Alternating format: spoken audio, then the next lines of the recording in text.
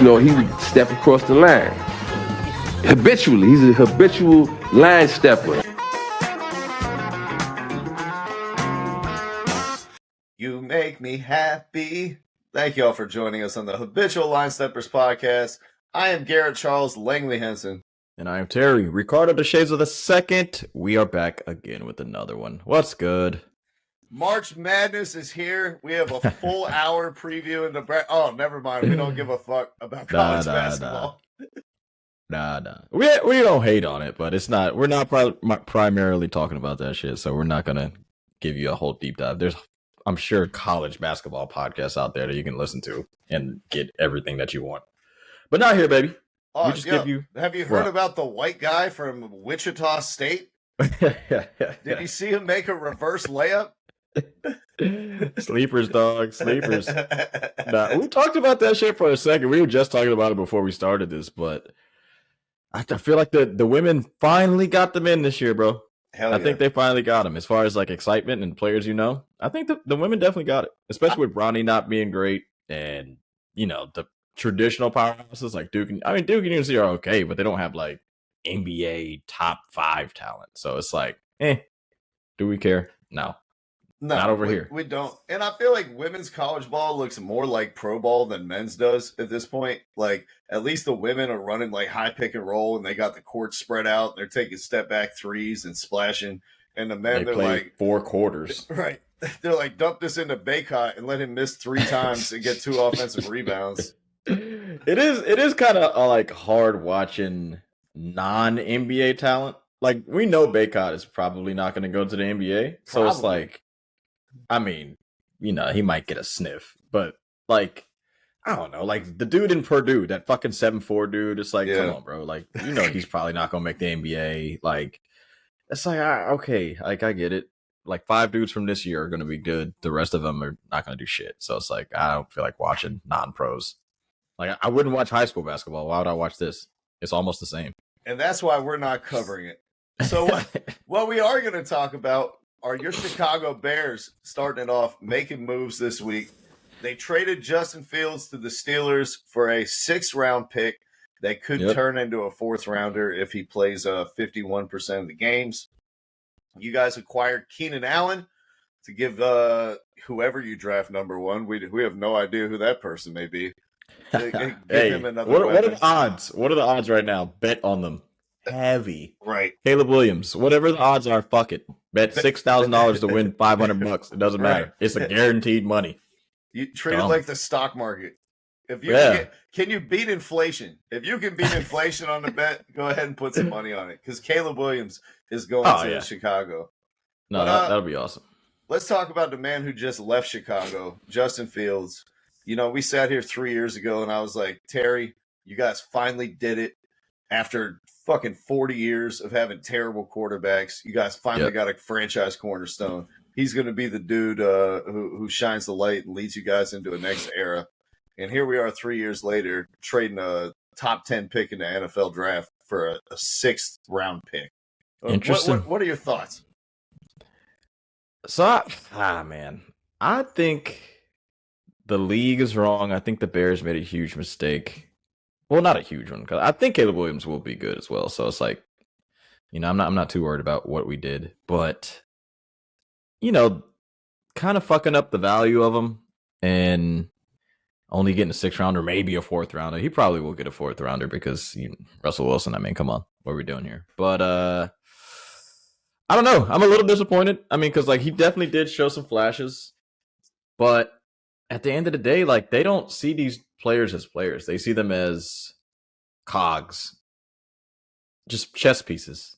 You know what I'm saying? Like, well, especially Arthur Smith, who was like, I could make the playoffs with Matt Ryan and Marcus Mariota and Desmond Ridder. I don't need a quarterback. Justin Fields is going to be a perfect cog out there in Pittsburgh. Yeah, but no, because I think Justin Fields he'll end up being okay. Like, I think he showed talent through the years, like especially rushing and especially like some of the passing too. Like, I know everybody's like, he only threw over 300 yards maybe like once. Like, okay, bro, he got sacked 55 times his second year of playing, 44 times last year, and 36 times his rookie year. Like, Give the kid a break. And he didn't even play in every single game. And that was a league high 55 sacks the second year. He only played 15 games. But with that being said, and he was 9th in MVP voting, so suck my dick. With that being said, yeah, I mean, like, Caleb Williams, younger, 3 more years, without paying a quarterback, you can make the team even better, which they've been really trying to make the team, a lot better. Unfortunately, they didn't do it around Justin Fields. I think they kind of saw the writing on the wall. Like, at best, he could be, maybe like Cam Newton at his like 3rd best season. Like, I don't really see Fields being like a bona fide stud star. So, like, I get the move, but, I invested in him a little bit. It's tough because, we've never really had like a good quarterback show any promise in a while. I mean, Jay Cutler was like our fucking savior. We went to the Super Bowl with Rex Grossman. We won a Super Bowl with McMahon, who was fucking blind in an eye. So it's like, he was throwing like 16 touchdowns and 12 picks, and you guys are like, put this guy in the Hall of Fame. Best Bears quarterback in history. Exactly. So it's like, I mean, it's tough, but at the end of the day, I think they made the right decision. The value, he's definitely not a 6th-round pick, like trade value-wise, but I'll take it, man. It is what it is. Did you he's think gone. you were going to get more? Realistically, did you think he would get honestly, a higher return? So, like, what I heard was they could have gotten, like, numerous 4th-round picks and shit like that, but, like, the situation for him going somewhere else looked like it was shitty. So, like, in the long run... No, seriously. In the long run, the GM and the owner, they wanted to put him in a position so it looks better for them and other players coming to the Bears, where it's like, I'm not going to trade you away to nothing. Like, they gave Roquan Smith to the Ravens. Great fucking deal for Roquan Smith, but not so much for the Bears. I mean, we got some shit back, but it's like, they just want to look like a destination where, like, if a player goes here and we give you away, we're not going to just fucking use you like a piece of toilet paper and be like, all right, see you later, bro. We used you. Now you're down the toilet. Bye. Like, I get it, but I don't know. It's weird. But hey, look, man, we get Caleb Williams and we get they've gotten a lot of dudes through free agency in the last 2 years. So let's see. It looks like it's in a forward direction for me. I think it's in a escalator going up. Like, I think the team is looking good. So I don't blame I'm not mad at what they did, but I don't think they were going to get like what everyone thought they were going to get, like some 2nd rounders or 1st rounders. Like, that shit wasn't never going to happen. So I'm not mad at the decision. Yeah, I definitely feel like after the Falcons dropped out of the race, that kind of like the bottom fell out a little bit in terms of getting a higher pick. I don't know like what's to be gained by throwing other teams alley-oops and being like, see, we trade you to a better situation for 1 year before you become a free agent. It's a good thing we didn't take that 4th-round pick. Like, hey, man, sometimes that matters, though, when you're in free agency, where you're like, if I go to the Bears, they actually treat their players well, And it's a big market. No. You don't think so. I've heard that shit before. What they care about is the money, your facilities, your training staff. Is the GM going to be there next year? Did he hire the coach? Like, those are the things to care about. This isn't like the Lakers giving Kobe that final contract and be like, we showed all stars, we take care of them. And then if you come to the Lakers and you're a star, that you're always going to be like celebrated. This isn't that. No. At the same time, like in terms of the escalator going up, I do love the move for Keenan Allen. Getting a guy coming off his best season, caught over 100 passes last year, had almost 1,300 yards, 7 touchdowns. Get him for a 4th-round pick. Easy money. If Justin Fields plays half the games there in Pittsburgh, you guys will have essentially traded Justin Fields for Keenan Allen. What I think anybody with a brain would do if you have the number 1 pick and can get a brand new quarterback. No, for sure. So I feel like that's really good business. What's the ceiling for this offense with having DJ Moore on one side, Keenan Allen on the other, Caleb Williams under center, DeAndre Swift, and probably some free agent or draft guy, who's more of a power back who they'll put with him. And then Cole Kmet and Gerald Everett, who you guys just signed. What do you think? What type of noise do you think that offense can make? Honest to God, I think this team is probably going to be close to like 9 or 10 wins. I mean, it has to be, right? I mean, it has to be. Like, you'd hope. It's a lot of improvements going on. The receiving core looks great.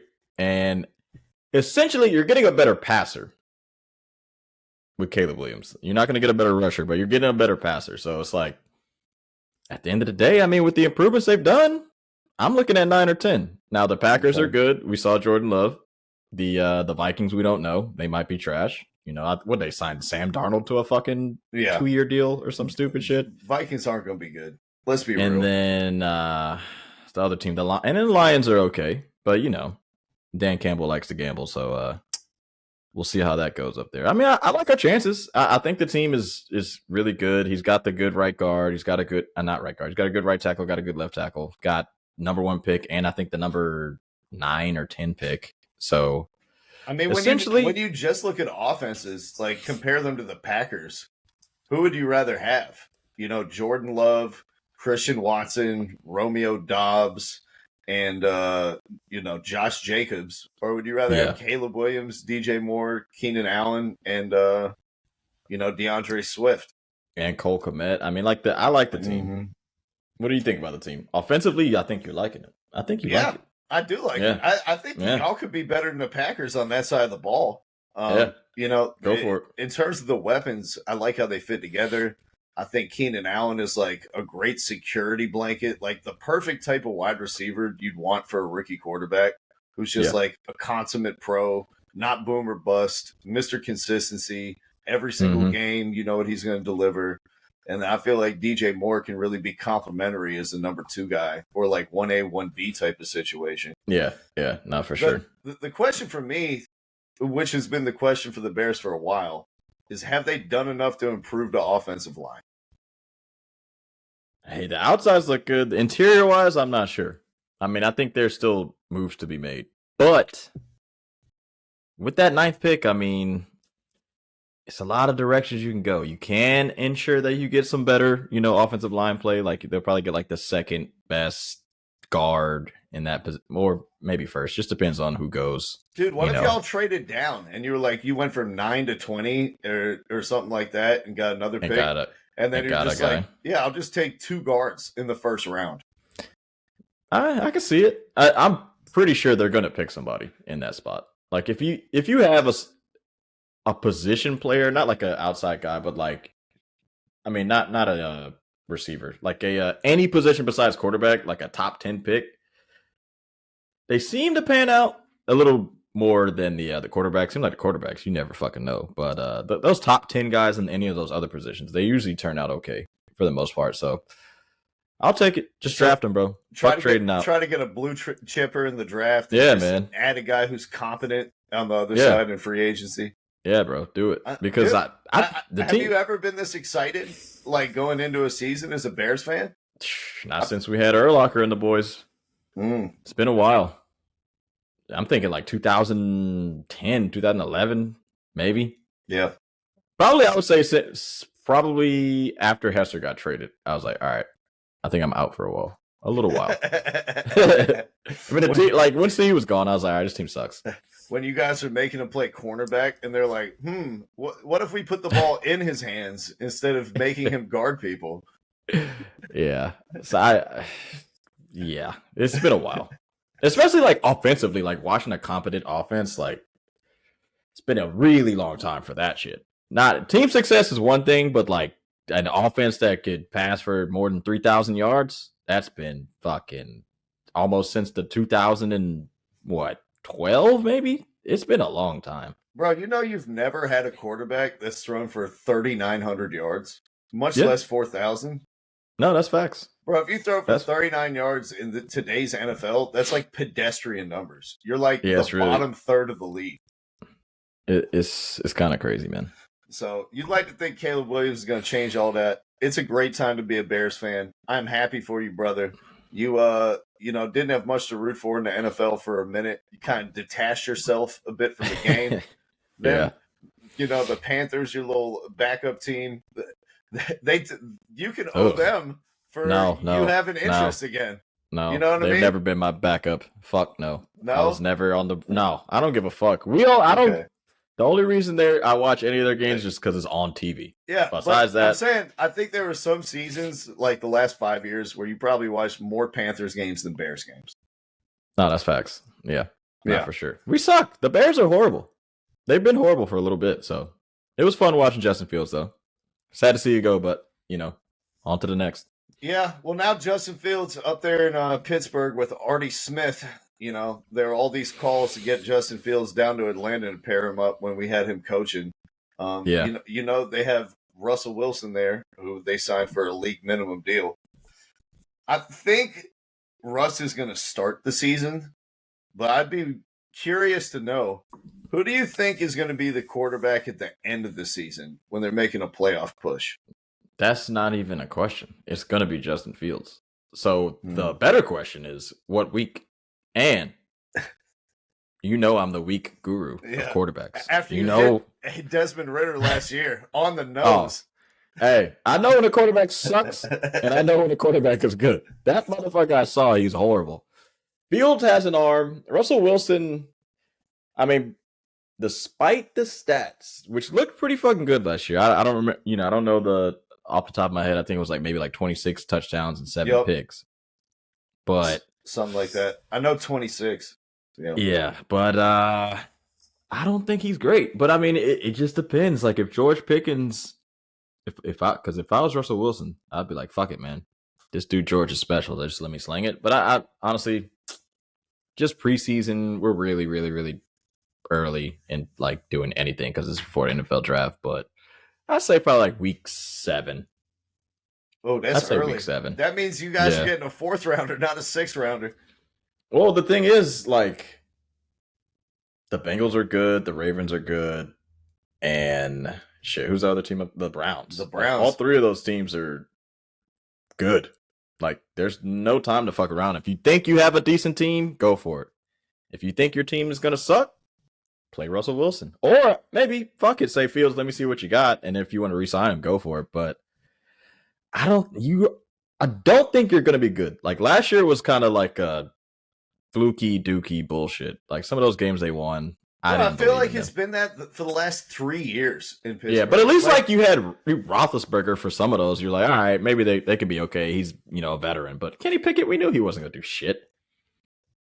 And they still hang around and make the playoffs. That's a crazy thing. So it's it's insane. If they can do that with no quarterback or with terrible quarterback play, even Russell Wilson is much better than the guys they have in there. And most of us think that he's going to be backing up Justin Fields by the end of the season. Probably. If he's not, then the Steelers are back. Because if Russell Wilson is back to being decent again, then this Steelers team is actually something to watch out for. But I agree with you. I think it's going to be Fields by the end of the year. If for no other reason than Arthur Smith wants to scratch that itch of having a mobile quarterback who can run the triple option stuff. That's when Desmond Ritter was at his best, was when he was running.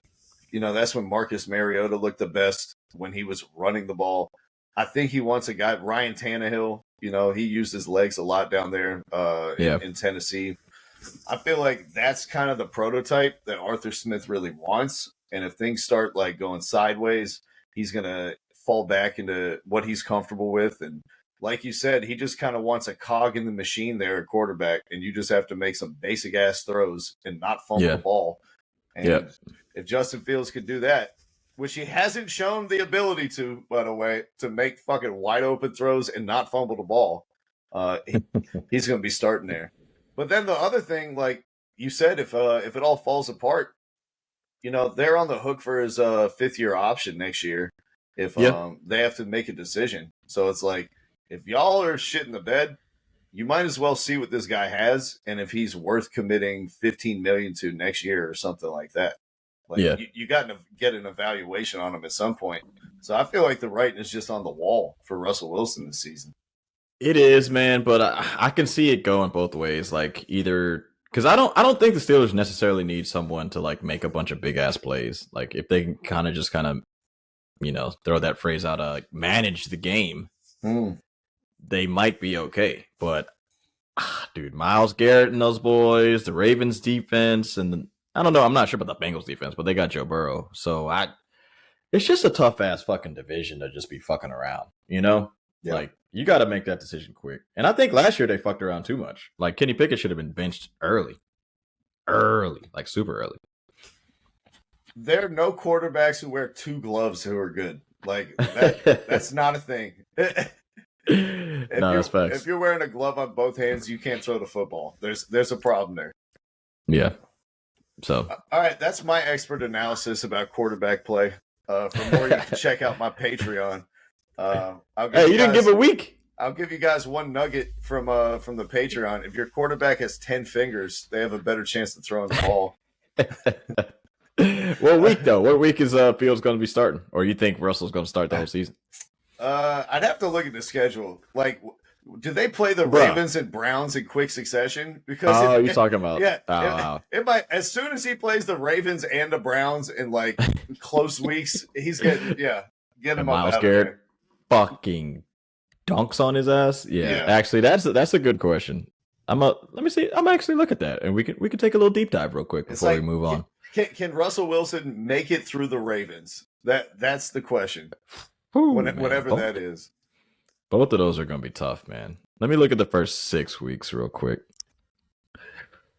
Give me that goddamn schedule. All right, week 1, Tampa Bay. Week 2, Buffalo. Week 3 at Atlanta. Wait, is this preseason? Oh, that's preseason. Fuck that shit. Regular season. Oh, my God. Week 1, home game, San Francisco 49ers. Yikes. Wait a minute. This already happened. Get the goddamn schedule for this year. I was about to say, if this is the schedule, you guys are fucked. You guys are absolutely fucked. And they still made the playoffs somehow. They did make the play. That's crazy, bro. It's insane. Yo, shout out to Mike Tomlin, bro. Honest to God. Unbelievable. They don't have a schedule out yet, I don't think. Oh, wait. Here we go. 2020. Nah. No schedule's out yet. So we don't know. Well, my guess would be whatever week falls after they play the Ravens and the Browns. That's when I think that he'll be out of there. And it probably would be due to injury, to be honest. Yeah. So I don't know. Oh, wait a minute. Do I get a schedule? Nope. Nah, no schedule. All right. Well, we're gonna be waiting to see when that schedule comes out. We're gonna get back to this because that'll be interesting. All right. We'll monitor that. Yeah. I forgot what you said earlier. I think it was something about hurting feelings over there. Did you say something about hurting feelings? I might have. I think I know where you're going with this anyways. We got hurting feelings. Yeah, we got a lot of feelings hurt in the NBA this past week with Kyrie Irving ending the Nuggets on a game-winning left-handed push skyhook attempt from the free throw line. Oh, yeah. Shit. Did you see it? And is this the greatest basketball shot that you've ever witnessed? Oh, this is a conversation I wanted to get into, but I thought you were about to go with Aaron Donald hurting quarterbacks' feelings because he retired. But you know what? I forgot about him in the pre-show meeting. I forgot about him again. Nah. I got to deep dive on him later, so we can do him last and give him like the proper farewell, because he's a Mount Rushmore fucking defensive NFL player. We'll save that for last. But yeah, the Kyrie shot was fucking insane, dude. That shit was sick. That's all I could say. Like, I don't even know what other words to say about it. Like, that was an insane fucking shot. That kind of got a lot of basketball communities talking about, him being the most skilled player and all this type of shit. And I don't know. It got me to thinking. Unless you wanted to go somewhere else with this, I was like, is he the most skilled fucking NBA player ever?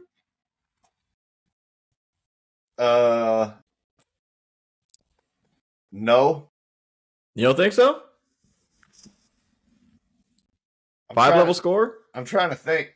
Like, the crazy thing is, like, the game is so different now. So, like, things that we consider skill now, like, when we think of it, we think of Kyrie's size-up package and his ability to finish below the rim as a layup artist and, get in the mid-post and turn over both shoulders and all that type of stuff. He can do everything. We don't really consider, like, being in the right place and the right time on defense. Is that a skill?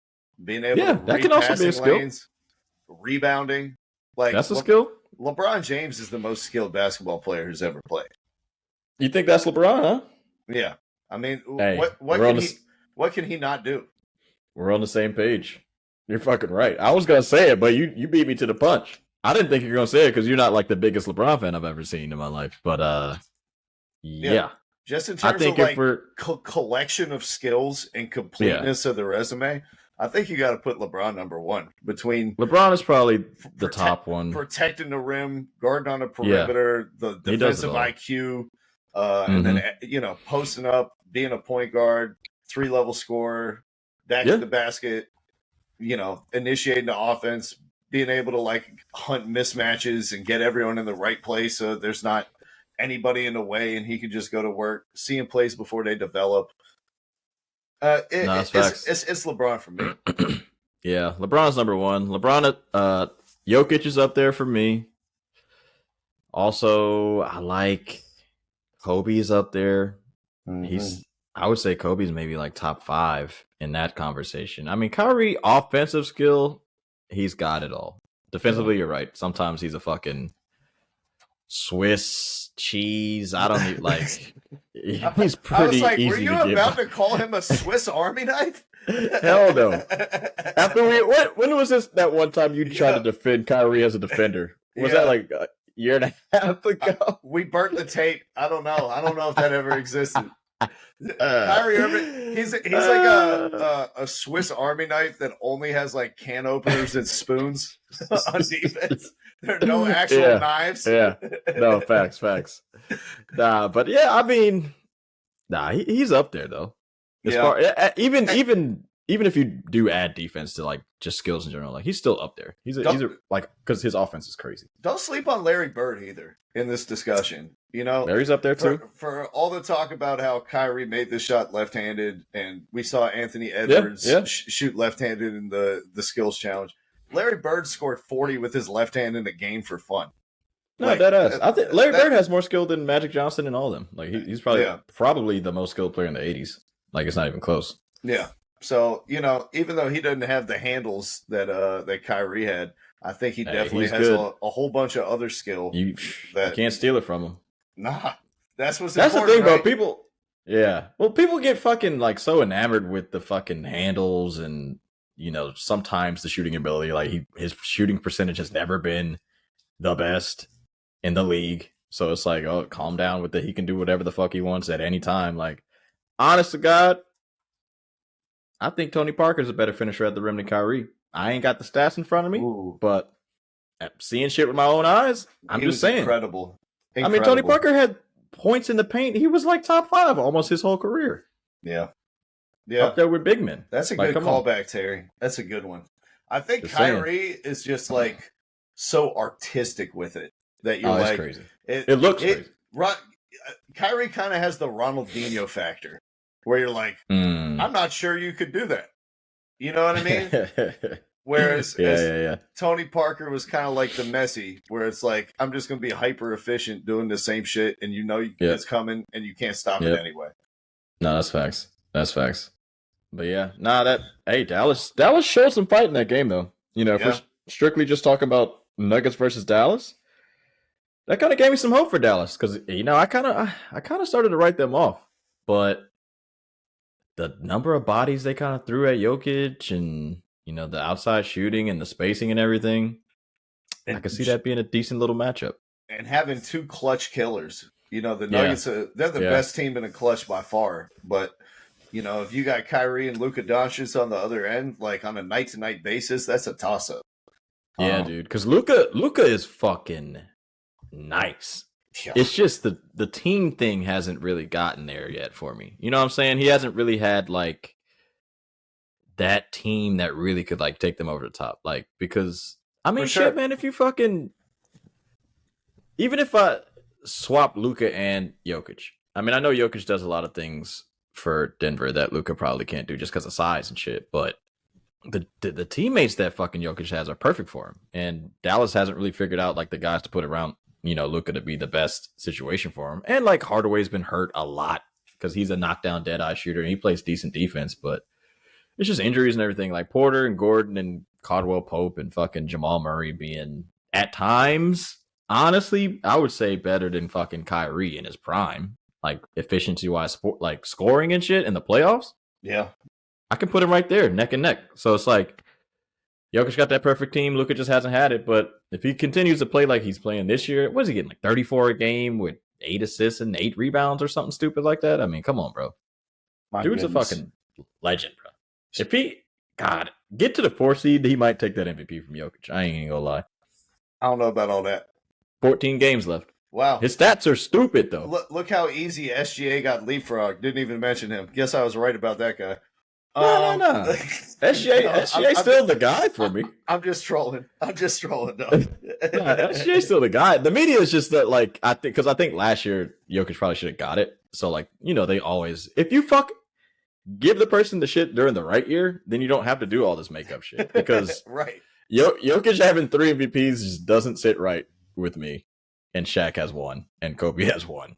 You know what I'm saying? That's just one thing for me. I don't know. Hey, we can't go back in history and right the wrongs and give Shaq like 3 more MVPs. Yeah, you're right. We're done with the 90s. We're done with the 90s. All we could do is get it right from here on out. And I think everyone knows Jokic is the best in the league. But going back to that Kyrie shot, like, yeah, in terms of best game winners you've seen or most difficult shots, like where is that? Is that up there in the pantheon? Regular season? Yeah, that's top 10.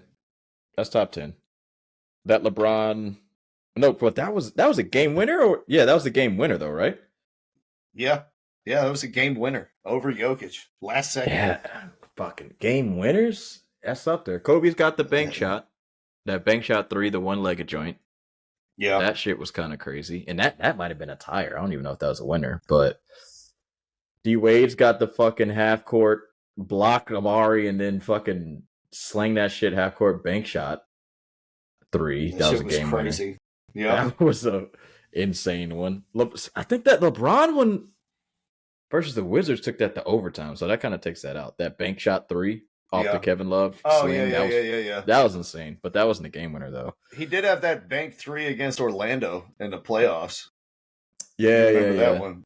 Yeah. But if you're adding playoffs and shit, so you're just thinking like of all time, like a lefty floater from 20, it's still one of the best you've ever seen. I think no one's ever thought that he was going to take that shot. It was a weird one. Like, no one's guarding to prevent somebody from getting to that look. Like if he throws up a left-handed hook from the free throw line and he makes it, and that's how we lose the game. Like, you know what? We'll pat each other on the back and go get him next time. But yeah. Like, just to have the audacity to take that in the moment, to execute it, like, it didn't hit the rim 14 times like Kawhi Leonard shot.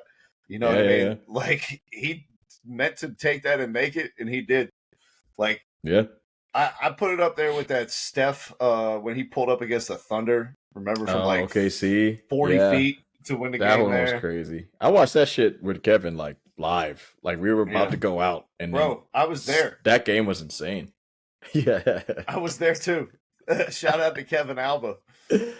That shit was crazy, bro. But it's up there with that one. The Dame time shit over Paul George. Yep. If I want to go back a little bit in time, the what was the dude? Remember that guy from the Raptors threw the ball up when he thought the game was over, and then they hit that game when they hit that fucking. Yeah. I feel like it was like Michael Redd or somebody. I don't remember who made the shot, but like that shit was hilarious. Just in terms of hardest shots, though, I think it's up there with like Larry Bird's behind the backboard over the top joint. I think it's up there with Amir Johnson's never to be repeated.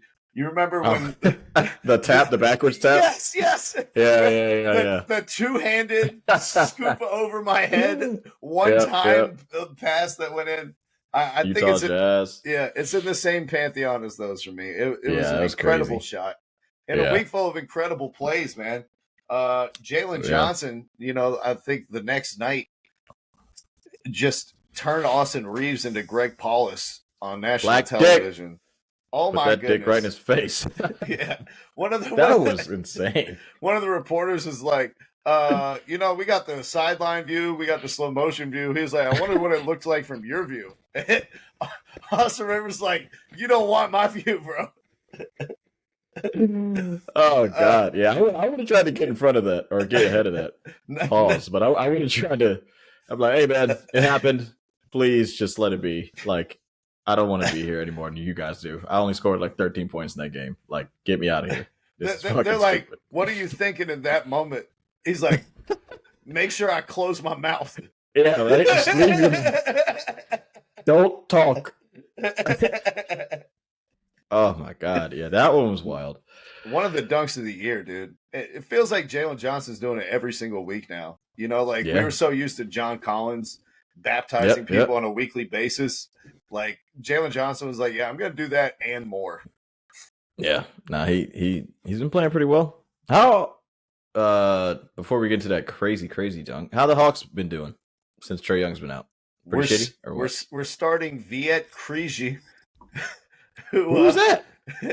Exactly. Some dude who's been cut by the Hawks and re-put on the team like 6 times in the last 2 years. He went on the team for the first 2 months. We re-signed him off the street, and now he's starting at 2 guard. So Okay. that's how our season is going. Hey, look. In that game to the Lakers where Jalen Johnson had the dunk, we lost by 35. That's how our season is going. Yeah. Damn. Nice highlight, but yeah. That game is done. Yeah, 136 to 105. Good God. Wow. Hey man, shit happens. You know? Shout out to John Collins though. He got dunked on by Anthony Edwards worse than he's ever dunked on anyone. Right. That shit was a dunk, brother. Like, didn't he like dislocated his finger in that dunk, right? Or something like that? Yeah, Anthony Edwards did. Yeah, he dislocated his finger. John Collins had a head contusion. And he left the game. My man's had an ass contusion is what he did. I mean, like, damn, Brandon Knight got up off the floor, John. All right, Mr. Collins, you need to get your ass up, man. Ain't no way you can just leave the game. Like, oh, my head. He just dunked on me so hard. I can't come back to the game. Fuck out of here, man. You got to get back up, bro. It was and one, right? It should have been. Like, I don't know if it was called, but it should have been an and one. I wish the arena DJ would have played "Let the Bodies Hit the Floor" right afterwards. But yeah, John Collins, man. Anthony Edwards, he stole your holy water. He sprinkled it all over your forehead, and he's like, "You have now been baptized. You cannot baptize anyone else. I've taken your staff. I've taken your weird pointy hat that you wear. I've taken your holy water." Space Jam power switch. It's done. John Collins will never fucking dunk on anyone like that again. He's going to be a below the rim player now. Sorry, John. And you know, John Collins, he loves flexing on people. Remember when he dunked on Embiid and put him in a headlock, and then he came to the press conference the next day and he had the dunk on the T-shirt with him posterized Embiid. Legendary. I'm just mad this wasn't in the play-in or something where Anthony Edwards could have shown up the next day with a picture of that dunk on his T-shirt. That'd be crazy. That's a great flex though. But Collins, you fucking wow, man. Ever since he kicked the wing off that airplane in the slam dunk contest and sent Tuskegee Airmen back 15 years, ever since that it's been downhill for JC. Yeah. Was that the best in-game dunk for you this year? Yeah. Like the Hawks one, the Jalen Johnson one, that shit was crazy. And they tweeted out dunk of the year. And then within 15 minutes, it was like, oh, this isn't even the dunk of the night. That's how crazy the ant shit was. Yeah. He unloaded on him. That one on Wemby, though, was crazy. The by that guy from the Warriors. No, the dude from the Warriors. Oh, Trace Jackson Davis. Yeah. That one was wild as fuck. I mean, I know I don't think he touched the rim, actually, but the way it looked was just fucking, oh my God. Can we stop with this too? With all these people being like, the Anthony Edwards dunk wasn't a dunk. He didn't touch the rim. He touched the rim. He dislocated his finger on the rim. What the fuck are they talking about? I thought he dislocated on John Collins' fucking face. I thought it was his other hand, like the offhand that he dislocated. Oh, that could be possible. He also hurt his the finger that touched the rim too. So I don't really know. But back in the day, you weren't allowed to touch the rim at all. Like, and if you did, people would pull your shorts off while you were on the rim and just expose your dick to the crowd. So it used to be until Dr. J came from the ABA, like you would dunk it without touching the rim. And you would Daryl Dawkins. Yeah, these type of dunks were that's what dunking was. It wasn't until slam dunking got introduced that we now call slam dunks dunks. But what Anthony Edwards did was a dunk. What Blake Griffin did was a dunk. Was it a slam dunk? No, but they still dunked it. Fuck. I don't give a fuck what you call it. That's a poster. Anytime you're throwing the ball down into the rim, dunk. That's a fucking dunk. The Dwight Howard, the Superman. Yeah. That's one of the best dunks in dunk contest history. Right. Fuck out of here. When he did that shit, I was like, what did he just do? Holy shit. Yeah. All these people online are like, that's one of the best layups I've ever seen by Anthony Edwards. Okay. Like, first of all, don't even talk about it if you can't graze the rim. Like, stop it. Shut your stupid ass up. I'm cutting my mic off now. Hey, you said it was a dunk, so you're good. I've never been able to do that shit in my life. I can dunk, but like I can't do shit like that. Like that is impressive. It's a fucking dunk. So speaking of impressive dunks, like with having two of the best in the NBA season in one night, Yeah. I want you to give me your Mount Rushmore of in-game dunkers who currently play in the NBA. The best of the best right now who are playing in the NBA. In-game dunkers. Who's the top? You want to go back to back? You want to go back to back or just four? Nah, you're forward and my forward. I got Jalen Green, even though he disappointed us in the dunk contest, but his in-game dunks are fucking insane. Oh my God. When he ended the who was it? The guy from the Nets this year? Yeah. Oh my God. Yes. Jesus Christ. That one was crazy, bro. But nah, I got him. I got Giannis gives me some fucking bro. I love the power on his shit too. Like he gets it. He gets it done for me. Him, Jalen Green, Giannis, Aaron Gordon still gives me some fucking crazy ones. Like that fucking putback dunk versus the Lakers, was it? Or was that the Lakers game? No, that was the Celtics game. The Celtics game. Yeah, he fucking godly. And then Ant, bro. I think Ant is up there. Like he gives me some. And then honorable mention to John Collins. He does do some fucking crazy in-game dunks. I'll give him that. He's got some crazy ones. I love your four. I think Giannis is a really like sneak inclusion that people maybe don't think about. Because he's a great player, yeah. Yeah, but some of his dunks is like he's not even under the rim, but his dunk, he dunked it like he was under the rim. Yeah, I think he needs to stop doing any type of skill shit. Just fuck it. If I foul out, I foul out. But try to dunk every single fucking basket, bro. I swear to God, if I had his body, fuck basketball. I'm like, hey man, I'm dunking this shit. If you foul me, I'm gonna shoot the free throws. Fucking, you're fouling out, and I'll foul out. Right. Good game. Let's see who wins. Let's see who fouls out first. Me or Jaren Jackson. No love for Kai Jones. I mean, I guess not. I guess you have to play more than 10 NBA games to make the list. Yeah, you gotta give me something better than that. Who's giving you some good ones? What about you? I had two of the same four as you with Ant and Aaron Gordon. I don't think there's even the same game where he had that one-handed putback, Aaron Gordon. The play before he caught an alley-oop off the other side of the backboard and dunked it. Yep. Yo, that one was fucking insane. Yeah. The worst pass in NBA history. The Caldwell was that Caldwell Pope? Who threw that bomb? I was like, that was a horrible. I think it was KCP. Threw it on the wrong side of the backboard and he caught it and fucking dunked it on the alley. It's like, what the hell is that? Yeah, no, that was crazy.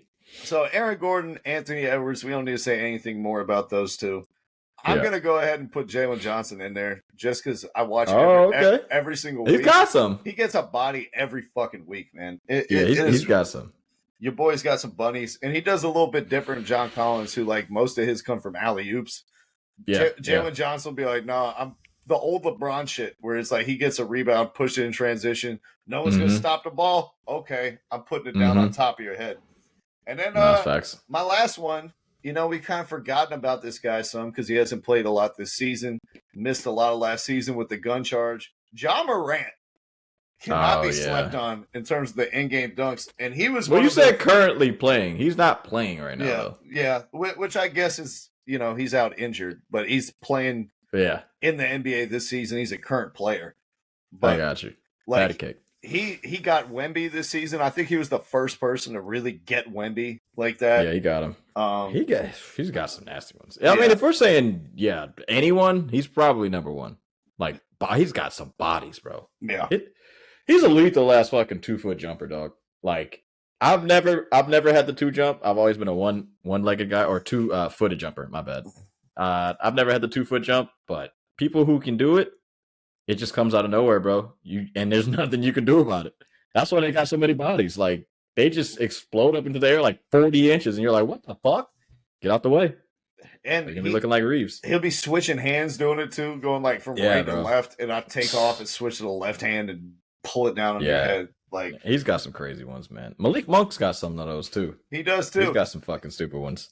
Guys to watch. I feel like Cam Whitmore could be on this list next year Possibly. for sure. Yep. I feel like Shaden Sharp could be on this list next year. Yep. I feel like Kenyon Martin. Victor Wembanyama. Oh, Kmart Jr. Yeah, for sure. Yeah. And, He and fucking. Whew. don't sleep on Victor Wembanyama just because his dunks look like my man did a finger roll dunk this season. Yeah. Like some of these dunks is like I don't even know how to quantify them because my brain has never processed anything that looks like that before. It's crazy. Yeah. You know what's funny about him?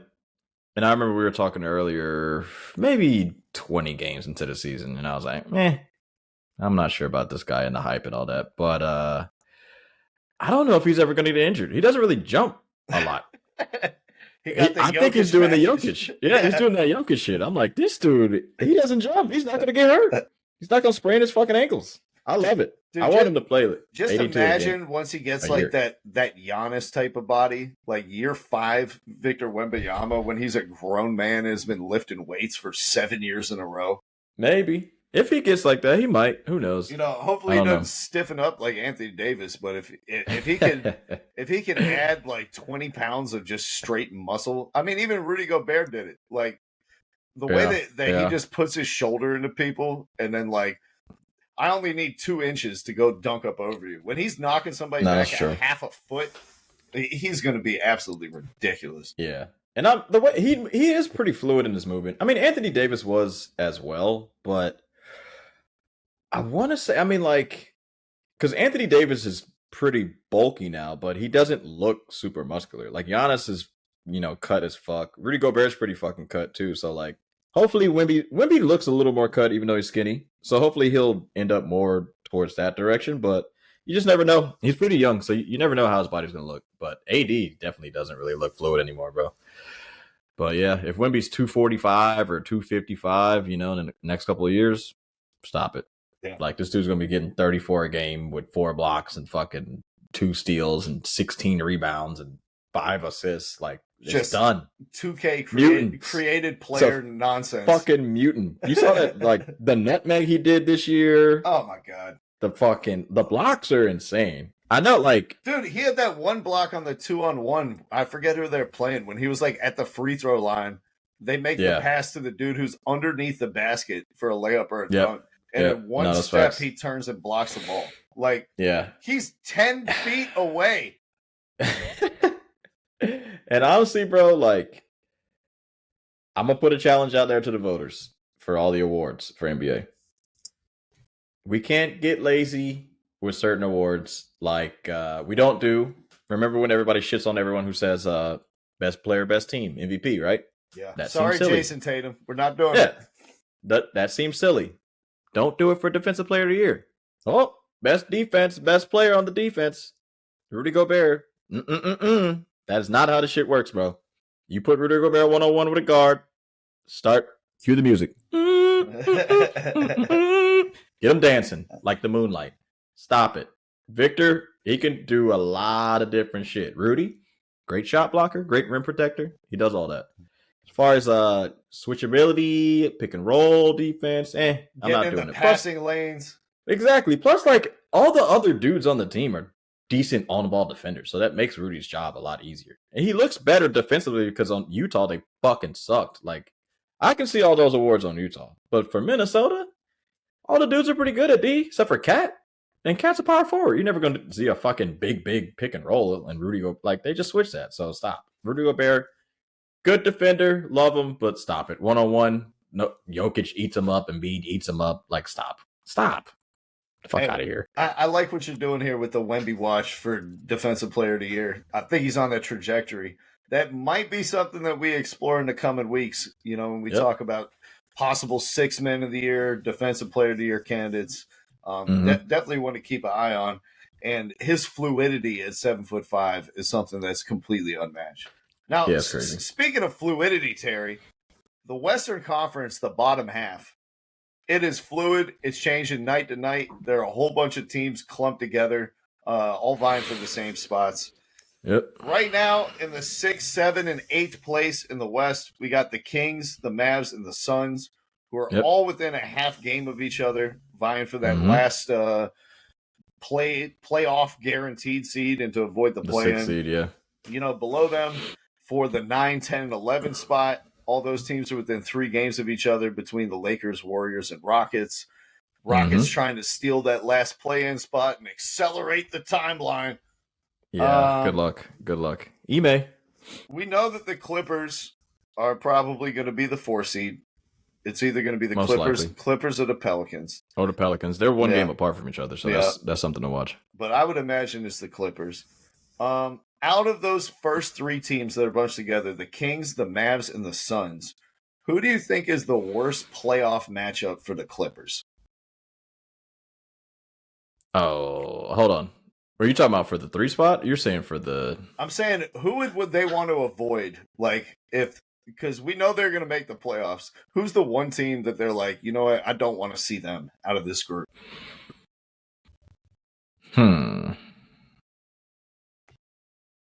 So, I don't know. I mean, if they were to play any of those guys, are you talking about the Pelicans? Because the Clippers would be 4. They'd probably play the Thunder in the second round, and then first round they're going to play the Pelicans, who are kind of separated from the Kings, the Mavs, and the Suns. So I was thinking, the T-Wolves at 3. I was going to do next, and then the Clippers at 4.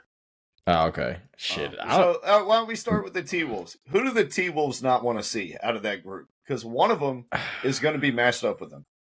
I don't think they want to see the Suns, to be honest.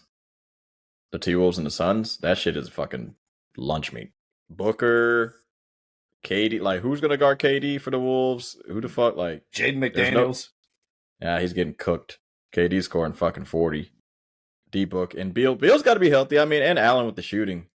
It's a tough matchup, man, because they can just kind of stretch Rudy Gobert. I know, Nurkic is gonna have some of that to gobble up Gobert. Like they'll be together. And Gobert will be like, I don't need to fucking leave the court because I don't have to guard anybody. But I think their shooting in that pick and roll shit is crazy because they do the pick and roll with KD, they do it with Book, they do it with Beal. Like it's a lot. It's a lot of scary fucking matchups, man. So I don't think they want to see them, bro. All right, firing on all cylinders. I actually think the Wolves match up pretty good with the Suns. Like comparatively, obviously, having Kevin Durant kind of skews the geometry of things, especially if he's playing center. And they got to move Rudy Gobert around now. But in terms of like guys that they can throw on their like those three dudes for Phoenix, Anthony Edwards, that's a pretty good fit for Devin Booker. Two-way. Jaden McDaniels, that's a pretty damn good fit for Kevin Durant. I don't know how many defenders in the league are better than him guarding like a big long guy like that. Yeah. He's going to probably be second team all defense. He's got the body type, the wingspan, all that. So I'm just looking at like the matchups that they've already kind of done this year. The Suns have averaged, I think, 122 points on them. Like they've scored a shitload of points on them all season. Yeah, I mean, we did see the officiating kind of changed in the last 3 weeks, where they allow some more physicality. You think that would help the Timberwolves out. I feel like they're as equipped as anybody to deal with those 3 stars for the Suns. Who do you think is better, Booker, Ant? Ooh, tough question. I'd probably still take Booker at this point, just because I think he can run the offense and get quality looks for all of his teammates in a way that Anthony Edwards has not yet shown that he's able to do. I'm just saying. So we think Book is better than Ant. KD is definitely better than all of them. Yep. Next best, Cat and Bradley Beal? I mean, come on, bro. I do feel like they're going to have some trouble with Cat in that series if that happened, because KD's probably going to have to guard him. Yeah, and, then Rudy Gobert is, one-on-one in space, or 2-on-1 rather, once they get, past the ball screen against Nurkic, which I don't have a lot of confidence in Nurkic being able to win that battle. But, this would be one I'm fascinated to see, especially because, the domino effects of Kevin Durant going to the 5 and then just being no, we're going to play who's the guy they just got from Brooklyn? Which one? They're You talking about the Suns or the 4. Wolves? The Suns. Yeah, they just picked up that 4 from Brooklyn. I can't Shit, remember I his don't name even know. now. I have no idea. They got some like bigger wing type guys who they're like, we Yeah. can just bump them down to the 4, and then Kevin Durant. Hey, man. And if Kevin Durant's at the 5, Rudy Gobert, like, go ahead and turn on the disco ball and the lights.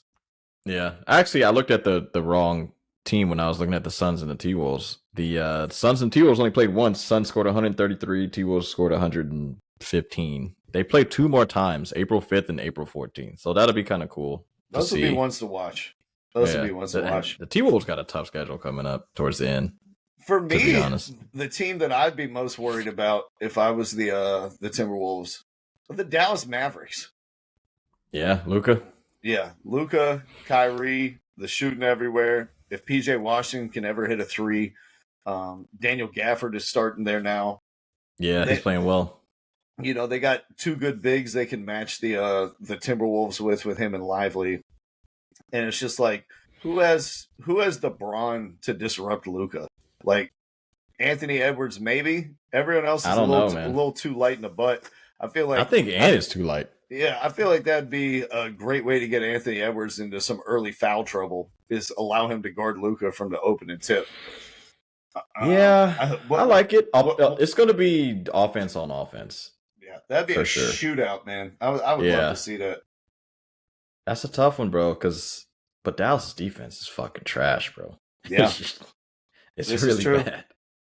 It is really bad. So there's no one to guard Ant, though. That's the problem. That's a huge problem. Like, Luka's not doing it. Kyrie ain't doing it. Tim Hardaway's not doing it. Josh Green, get over here. Dante Exum, I hope you still have some miles left on those knees after playing in Europe. Honestly, though, I would like to see that matchup between 2 younger stars opposed to versus the Suns. Yeah. I'd like to see the younger matchup. That'd be fun. All right, what about the Clippers then? Who's the team they want to avoid out of that group? Ooh, man. Clippers, bro, they're interesting, bro, because they have so many different matchups, but... And do you think that they don't have to worry about it because they're going to be playing the Pelicans anyway? It depends. I mean, the Kings... Some of these guys, I don't know if they want to play the Kings because the Kings are fucking up and down, and they don't give a fuck. They just let that shit fly. But I don't know, Zion. If you watched that Clippers-Pelicans game the other day, Zion was just bullying everyone on the court. Guarding Kawhi in the 4th quarter. Yeah. Bro, it might be the Pels, to be honest. I think they might be they might be wishing somebody just fucking wins a bunch of games in a row, and they're like, please, nobody, because like Kawhi and Paul George cannot guard him. He's way bigger than them. And who's the center for the Clippers again? Zubac. Yeah, that they don't have anybody that can guard Zion. And if like BI can get hot sometimes, CJ, is not having the best year, but he can still kind of, be good in quarters and a little bit of stretches during the game. Alvarado, always got to watch out for his sneaky ass, fucking everything up. Yeah. Herb is playing well. Trey Murphy, that's why I think they're a real bad matchup, is because they got Herb Jones, who they can put on Kawhi. They got Trey Murphy, who they can put on Paul George. Yeah. And then Zion can kind of just be a wrecking ball. Like James Harden, he might cook, but we know how he does in the playoffs. Yeah. It's like, is that what we're going to pin our hopes and dreams on? James Harden cooking for 4 games out of a 7-game series? Hell no. Ty Lue's going to be like, yo, what the fuck is this, man? Just play like you've been playing. What's going on? Did you see him contest Kawhi's 3 last night? Bruh. Sorry, that was a direct quote from Ty Lue. You're an idiot. But yeah. I don't think they want to see the Pelicans, but that might be the matchup. That's a good matchup, though. I want to watch that every single game. Wire to wire, bro. That'll be a good one. Zion might have a coming out party, bro. He lost 25 pounds. He's looking good. Playing the best defense of his career. Like, did I put out the alert on him? He was playing like shit, and then all of a sudden, motherfuckers like MVP. We know he listens to the podcast. We know that we're the people who motivate him to take this next step. You called him out for looking out of shape at the in-season tournament finale against the Lakers. Come on, bro. You can't let LeBron dragged him up and down the court. I called him out for averaging less than 5 rebounds a game, despite having the biggest ass in the league. Yep. And the best second jump is like I still can't believe how few rebounds he gets with those tools. But that's another. It is kind of insane. We could do Yeah. that in another year once he averages 4.8 rebounds next season. Right. Then we got the bottom of the West. We got the Lakers at 9, we got the Warriors at 10, we got the Rockets at 11, who don't count out now, are on a 6-game winning streak since Şengün got out for the season. Jalen Green has stepped up big time and is catching bodies, making shots, playing within himself to a larger degree. Yeah. Ahmed Thompson has been their starting center. The rookie who, played point guard in the G League for the G League Ignite last season is playing small ball center for them. And my goodness, has that been a fun lineup to watch with him getting the ball in space downhill against like a slow-footed 7-footer. It's just like, all right, God. Good luck. Yeah. They got the longest win streak in the West. Yep. So that's definitely something to say. But so let me ask you: the Thunder and Nuggets, those are going to be the top 2 seeds. We pretty much know that. Probably. That means they're going to play 2 teams out of this group that we just talked about. Who's the worst matchup for the Thunder out of those 3 teams? The worst matchup for the Thunder, man. So like, fuck, bro.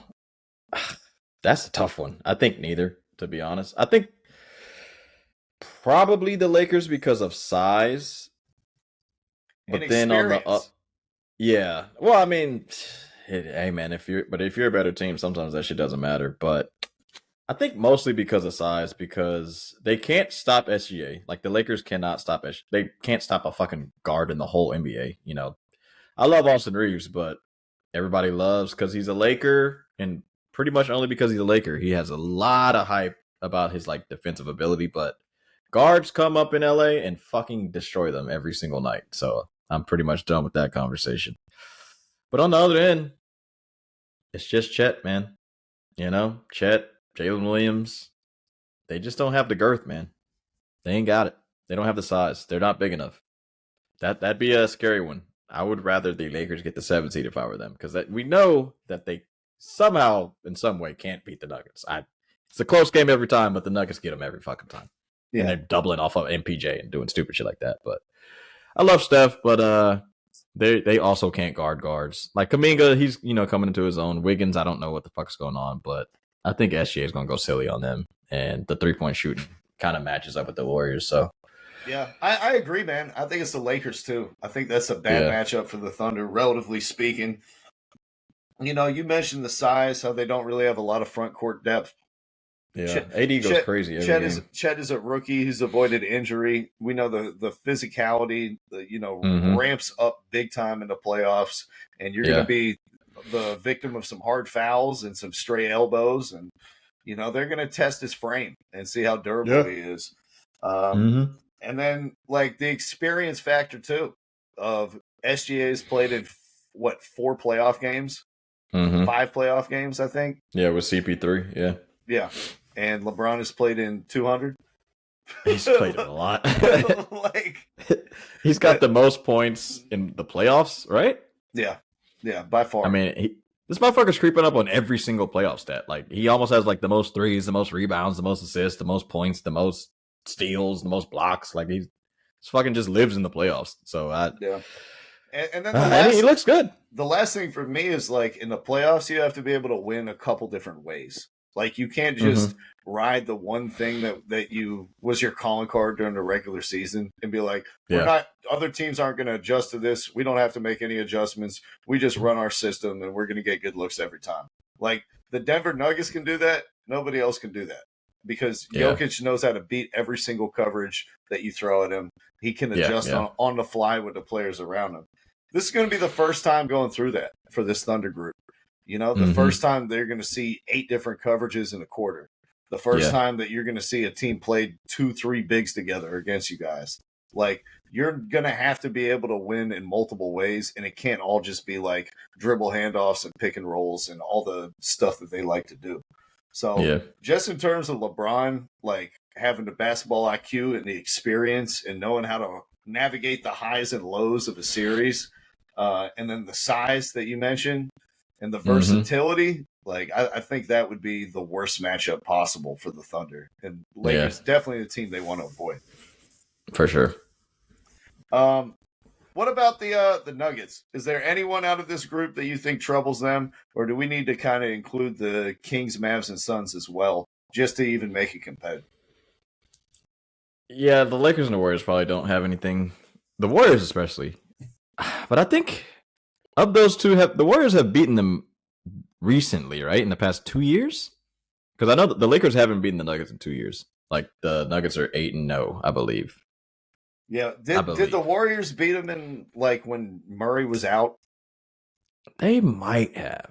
That's a possibility. But now he's gonna be there now. So like sometimes I just forget about those because Murray is fucking the straw that stirs the drink. He's really good, man. And sometimes he looks like he's the best player on the court. Like even when Jokic is on the court, like he can just get buckets. But I'm trying to see this year. I mean, they got some close games, but I think the Nuggets beat them every single time. It's just the size thing. I don't even think we need to talk about the Rockets if they try to play 6'6" Amen Thompson at center. Yeah, because that Şengün injury, man, that sucks, man. But yeah, he's the equalizer, bro. Jokic, you can't really do anything with him. They can't stop him. Like the Lakers have a better chance of containing him more than the Warriors do. But the problem with the Lakers is the backup big. I like Jackson Hayes, like his energy and everything, but he's a horrible one-on-one post defender. Like it's just fucking insanely bad. And he chases blocks and does a bunch of stupid shit. Like when Anthony Davis got hurt, like he got hit in the eye and he got out. It's a fucking free-for-all to the rim for the Warriors, who aren't like the most, paint scary team in the league. But they were like, hey, no AD, Jackson Hayes, he's going to jump at everything. And he did. He didn't block shit. And the Warriors scored like 46 points in the paint when AD got off the court. Yeah. I mean, come on, bro. So if you don't think the Warriors could do it, you don't think the Lakers could do it, let's start moving back. Could the Suns, or is that a matchup? The Suns, the Mavs, the Kings, out of that group, who would give Denver the most trouble? I think the Suns. I'm actually interested to see who you think. But I think the Suns have the most firepower because I don't think anyone in the league can stop Denver offensively. So you can't really worry about that, but it's like KD get hot, Booker get hot, Beal give me 35 in a game. It's only 4 games you got to win. Right. KD's one of the best players of all time. Jokic and KD, I feel like are in the same realm right now. I think Jokic will eventually pass him, but he's already passed him. He's got to win more championships. He's got to win championships. He's looking down at KD like, oh. Are you you still here? Chips, man. Nah. You got to win some championships. I love Jokic, but give me another championship this year, then I'll talk about it. Then we got him passed. You don't like KD, so that's unfair. But yeah, they're in the same realm of players. I just think in a 4-game series, you just need to see like who's going to get hot, who can fucking take over, and they got dudes that can fucking they did take 2 games from them last year. When they played them, they were the only team to do that. For me personally, I'm going with the Mavs again.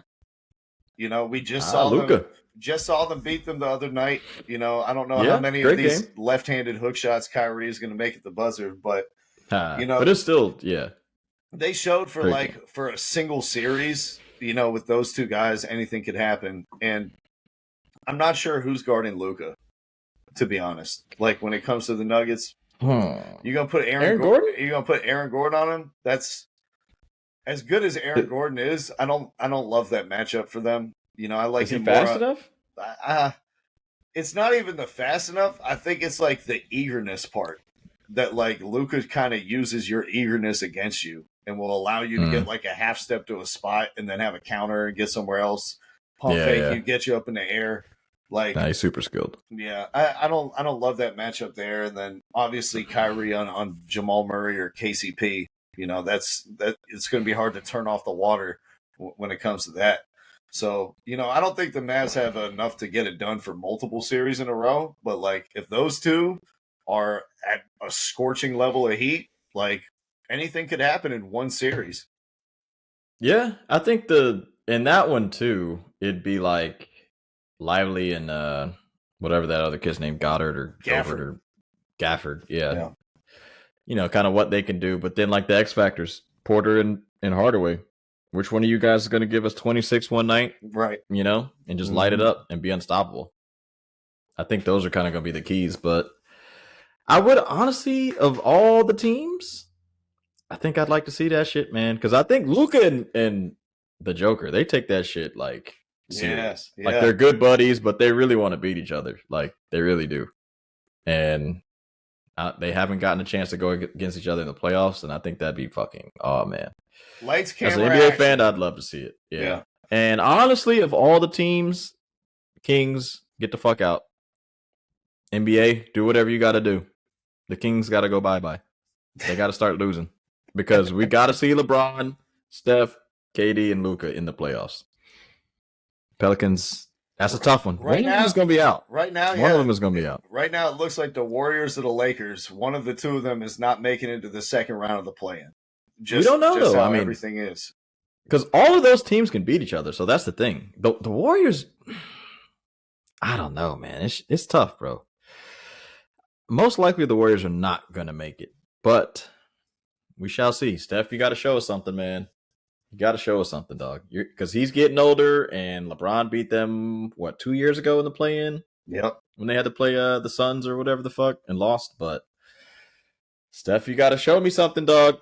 35 years old. Draymond, Clay's off the bench now. I mean, Kuminga's cool and all, but is he going to win a one-on-one with LeBron? Looking at him eye to eye? Absolutely not. I don't give a fuck how old LeBron is. He can be 52. I'm taking Bron versus Kuminga. Sorry. Right. That play-in game is going to have a lot of eyeballs on it if it is is the Lakers and it is the Warriors. A matchup of two of the NBA's greatest players in the last 15 years. And now we got another all-time matchup involving LeBron James. And then he started a new podcast with JJ Redick called Mind the Game. It debuted yesterday. Both you and I watched the first episode. Yep. Terry, what were your takeaways from their debut episode? So, for me, I'm an avid NBA watcher. Watch a lot of games. Shout out to my wife for letting me watch League Pass super late at night, keeping her awake. Sorry, I know you hate the squeaking, but it was the squeaking. I never even fucking thought basketball about that. shoes. Yeah, I try to look go ahead. Sorry, I was just saying what I hate most about League Pass is like the timeout breaks and the stuff in between where it's like, hey, watch this Chinese lady ride a unicycle and balance a bunch of bowls on top of her head. I can't stand that shit. That shit is really dumb. Here are 5 teenagers wearing knee pads jumping off a fucking trampoline. Yeah. No, that's true. It sucks because she likes to go to sleep with like sounds, but I'm like, I gotta watch the game. Like, I'm not about to fucking if there's a game on, a good one, I'm not about to watch fucking The Office while you go to sleep. Like, I'm gonna watch Denver play the fucking Mavs or Denver play the Lakers or Boston Nuggets. Like, I'm watching the game.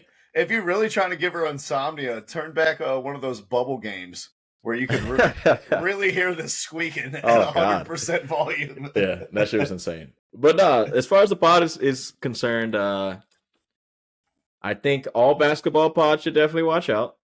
I mean, this one's going to get the most numbers. I don't think that one and like us are in the same realm, but like I mean, they're just starting off. We've been doing it for a long time. No, I'm saying like the serious actual like basketball talk like pods, like Bill Simmons. Like, who would you rather listen to? Fucking Bill Simmons or LeBron and JJ Redick? Now, Bill Simmons. I'm gonna clear it up. With that being said, there's a lot of information coming at me at one time, bro. There's a lot of fucking really high level basketball talk, and I was like, "What in the fuck is this football?" Like, I thought it was just hoop. You just go out there and pick and roll, and whoever's better wins. But god damn, I mean, that's why I they learned have a lot. The glossary and the subtitles because it was so cool. much at once that you're like, we're doing a scram slop on the left side, and then we switch it to a twisteroni, Cavatelli. Horns 42, floppy. Yeah, I mean, like, it's gonna be a specific audience to watch it. I'm probably because like I already like LeBron's other like show. Like, I like the barbershop show that they have on HBO.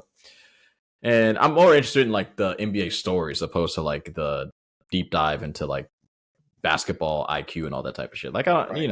I'm not interested in that. That's just from my perspective. But I think it'll do well. Like, it's gonna do well just because it's LeBron talking about basketball. But I'm gonna tune in sometimes, but I'm not gonna put it in the rotation yet. But it's just one episode. Yeah. It'll probably get better. We'll see how it goes. But I hope all it these gets other better. yeah. I hope it gets better. I mean, they got nowhere to go but up. They're going to continue to refine their chemistry. It seems Yeah. like this is one of the first times JJ Redick and LeBron have hung out in a room together based on the first episode. You know, I don't know. Who knows, man? JJ Redick was giggling like a schoolgirl every time LeBron made a bad joke. You thought it was too much cock sucking? Bro, I just thought he was like a little nervous, a little bashful from JJ Redick. You know, I got you. he had a lot of those like nervous laughs that I was like, okay. Other things that I learned from it, LeBron read 200 books and had a 15-inch penis when he was in second grade. Apparently, LeBron James has been the best at everything since he was in elementary school. I knew how to I knew how to flip plays when I was still in a fucking embryo. Yeah. And then the last thing I learned is that NBA players are largely dumb and unmotivated to improve.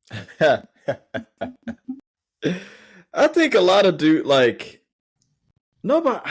I don't know who LeBron James' dad is, but we see who his mom is, a fucking 5'5" woman at best. Like I don't know. Like I think LeBron was just born to play basketball. He has a different mind than everybody else does. Like it's kind of simple as that. You know, that I don't really think no one is like him, bro. Like nobody has his fucking brain. The shit that he was talking about, I was like, this dude is on a different fucking level. Like maybe Rajon Rondo possibly, but he doesn't have the talent. No. You know, like nobody can really like Jokic, he's the only other one, bro. He's the only other one. And I don't like Jokic will never like tell you certain things. Like you're never gonna know, like, oh shit, this dude knows like everything. But like LeBron's he has a different mind. I just learned, I was like, damn, this dude's like Rayman. Straight up. I was like, LeBron James is like Rain Man from that movie. He's on the spectrum. He's fucking smart, man. This shit's crazy. But it's not for me. Love LeBron though. Just not for me. It was a lot. I think it'll get better. As JJ gets more comfortable, as LeBron opens up some more, hopefully we'll get, they're drinking wine. But that's the thing, though. JJ Redick's not going to dunk on him. I like when JJ fucking just eviscerates motherfuckers. Well, I think it's coming. First take. You know what I mean? I don't think it's ever going to come. I don't think he's going to ever disrespect him like he's Kendrick Perkins. But I do think that JJ will challenge him once he kind of grows into, this position a little bit more. And if this is what it's going to be going forward, which is just like JJ Redick laughing at all his jokes and throwing him alley oops, like I don't know who's going to listen to that. Yeah, but also on that note though, like because you and I don't play basketball, we never really. I played AAU, but that wasn't. Those motherfuckers were stupid back in the day. But some of the shit they were talking about, I was like dudes don't know how to flip a play. Like they call one play designed for one side and they're just like, nah, actually let's do it in reverse. Like I didn't know that a lot of players didn't know how to do that shit. Like I felt like I knew how to do that in middle school. Right. Cause your IQ is crazy for soccer. And it was like basketball wise, you're smart too. Like when we play pickup and shit. So some of the shit I was kind of surprised that some of the players are dumb, like you kind of said, but I don't know, man. It was interesting. Well, I think it's easier for soccer players too, because it's like we're having to process all these things going on around us and like a lot of different type of formations. And there are twice as many players on the field that you have to account for, 11 versus 5. And just like basketball, it's, free flowing and you have to process all these visual cues, check your mirrors. The soccer players are constantly looking around and seeing what's happening next. Where's the space? Where do I have opportunity? Thinking 2-3 passes ahead. That's reserved for the very best players in the NBA. Like the people who do that are all-time legends, and you can count them on one hand. Yep, so that's facts. Just a different game. But I was surprised as well as like the players who he talked about is like, you see him at one All-Star game, never see him again. What happened? Was it the new contract? He talked about how guys like don't have the thirst to improve their games. They people who are into NBA who don't enjoy watching basketball and like want to work on their craft and they just want to show up and play games. Like, Yeah. this shit is pretty wild, man. I don't know. I don't know in football if you could get by as like a corner or something like that and just be like, yeah, I don't watch tape. Like I just go show up and play. I don't But think that's as a such a soccer player you strategic. could do that. Yeah. Because football is such a like a strategic game, and soccer kind of is a little more like free flowing, but your brain has to be kind of more on a thinking level. But some of these I don't guys know. like JaVale McGee, you know, he's like, what do I need to watch tape for? You throw No, it I to me, just think- I catch it, I dunk it. You shoot, you Uh, miss, I get the rebound. Like, what do I need to know Honestly- this shit for?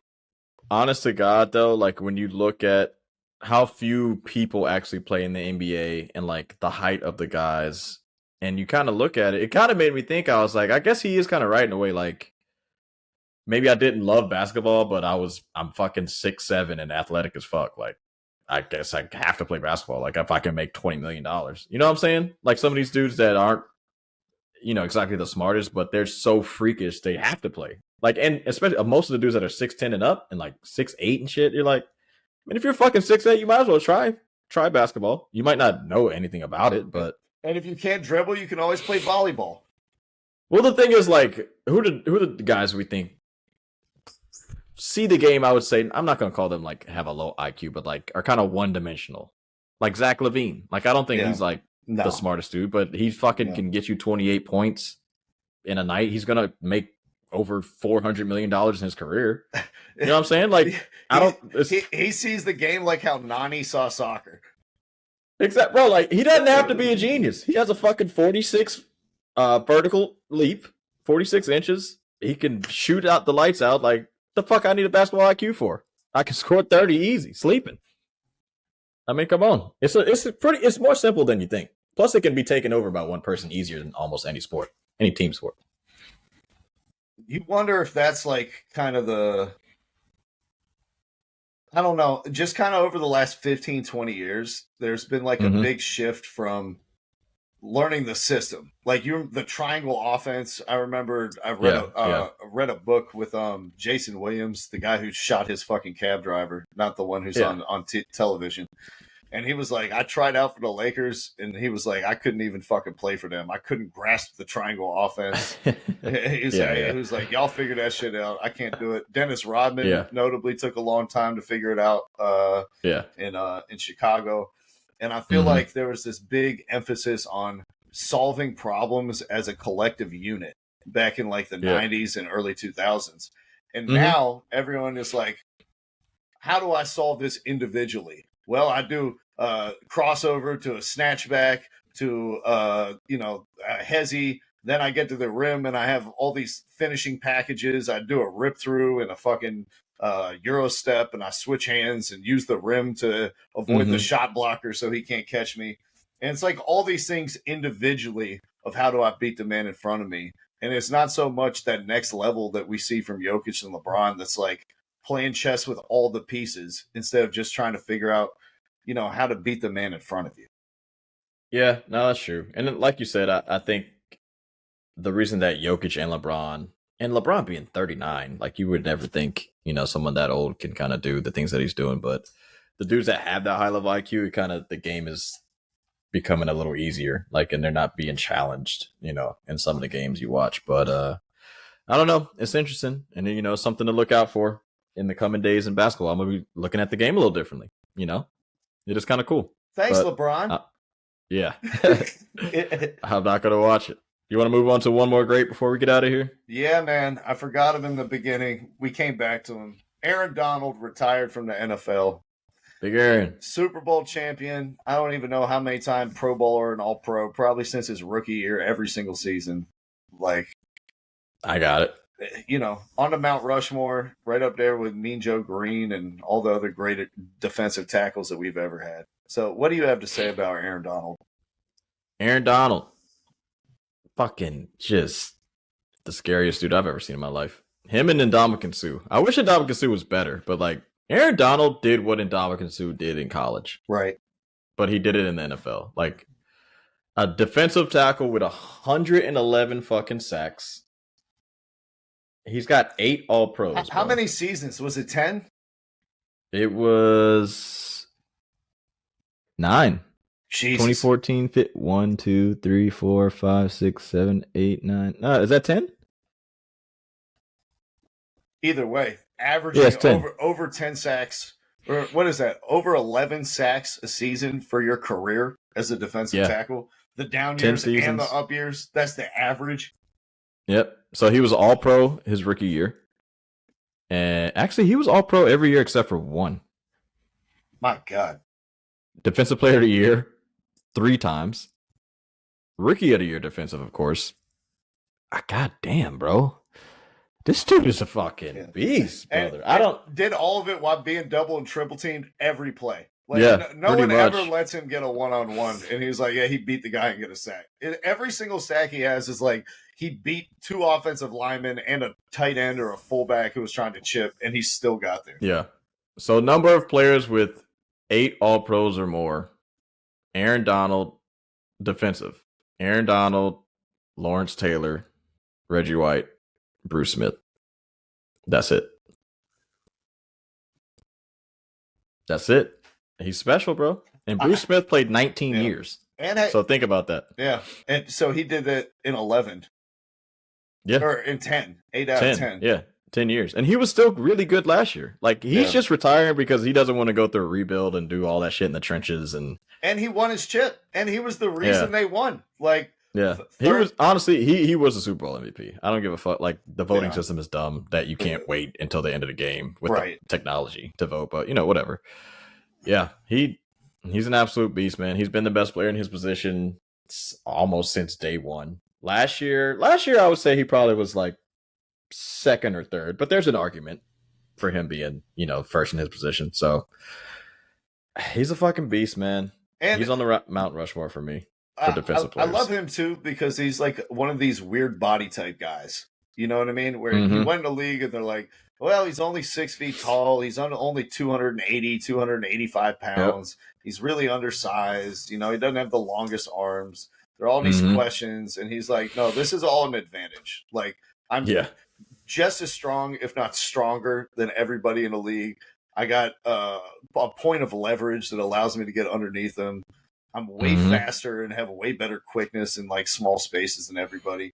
And they had the technique. And I feel like it just kind of, he opened up a lot of doors for a lot of people, like Grady Jarrett and these other undersized, quicker defensive tackles that now, you could possibly talk about one of these type of guys going in the first round. You never would have considered that really before Aaron Donald. Yeah. I mean, because, the only other person I remember kind of being like short, quick and strong was Warren Sapp and John Randall. Yeah. And I mean, both of those guys are Hall of Famers. So. And Warren Sapp was significantly bigger than Aaron Donald. Like he was like 295, something like that. Aaron Donald. He might have been in the threes. He was pretty big. Yeah. But because Aaron Donald 280. Aaron Donald has a 6-pack. He's 6'1", 280. I'm 6'1", 185 pounds. He's fucking. It's insane to add 100 pounds to me and think I can still have a 6-pack. Just think about that shit. Like, that's fucking crazy. Yeah, well, as the resident 6-pack expert, I can tell you, not only is it possible, but it's easy to do. But, like, seriously, though, like, how tall are you? 5'10", 5'11"? What? Yeah, 5'10", 220. The next Aaron Donald, some might say. 5'10", 220. Aaron Donald's only 2 inches taller than you, or 3 inches, and he weighs 100. Well, for you, he weighs like 70 more pounds. Yeah. Or 60 more pounds. Like, that's fucking crazy, bro. It's not as impressive when you put me out there who also has a weird body. The only thing I got from this is I need to lose some fucking weight, Terry. Different body types are crazy, man. He's got some freak genetics, man. He really does. And he's one of the greats. Got to pay him some respect. That's all we're trying to do. He's a guy. Pour a little out for Aaron Donald. First ballot Hall of Famer.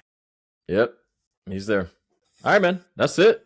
Yeah. Well, this is a First Ballot Hall of Fame podcast, Terry. I hope all of you guys are subscribed. Drop a like on it. We are moving to 1 day a week from here on out as I've been given more responsibilities from my work. It's just not feasible to try to do it 2 days a week. So from here on out, we're going to be recording on Thursday, posting on Friday. This will come out on Friday, so check back every single week to start your weekend off right. Yeah, man. Until then. North Carolina, continue to stand up. Peace. Thank you for listening to our podcast this evening. Thank you. You're far too kind.